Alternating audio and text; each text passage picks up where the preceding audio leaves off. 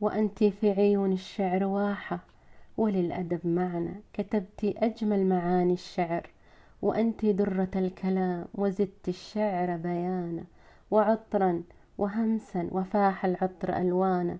فيا شمس الأدب أنت، بحور الشعر أرويها بحسك المرهف، وأنت للغد فجرا أي امرأة أنت.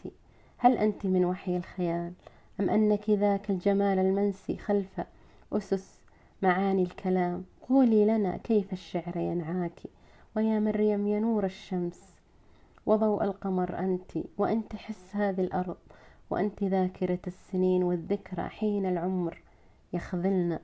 صرت للشعر قاموس، فلسطين دارا لك تزيدك عشقا وشموعا ودموعا وأسى وآهات، وأنت حين يغرد البلبل تزيد الشمس إشراقا.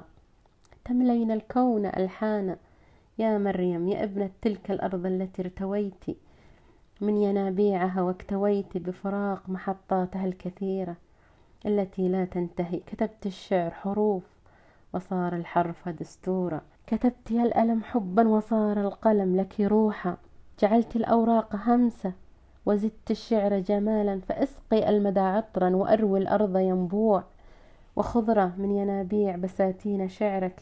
فلسطين دار الحزن سقاك الحزن إلهاما. فقولي لنا يا درة الشعر كيف الشعر ينساك، لأن الشعر بدونك كلام غير مفهوما، وأكثره طلاسم ورموزا لن نفك رموزه أبدا بدونك.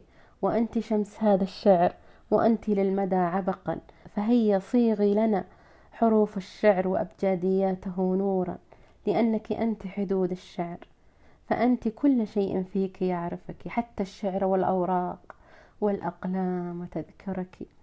فأنت من صنعت قوة المرأة في كتاباتك، واكتشفت بحسك المرهف أن حواء أقوى من تقول الشعر وأفضل من تردده. فحواء حوت كل شيء جميل، حنان الأم وطيبتها وتضحياتها تشهد أنها للوفا معنى.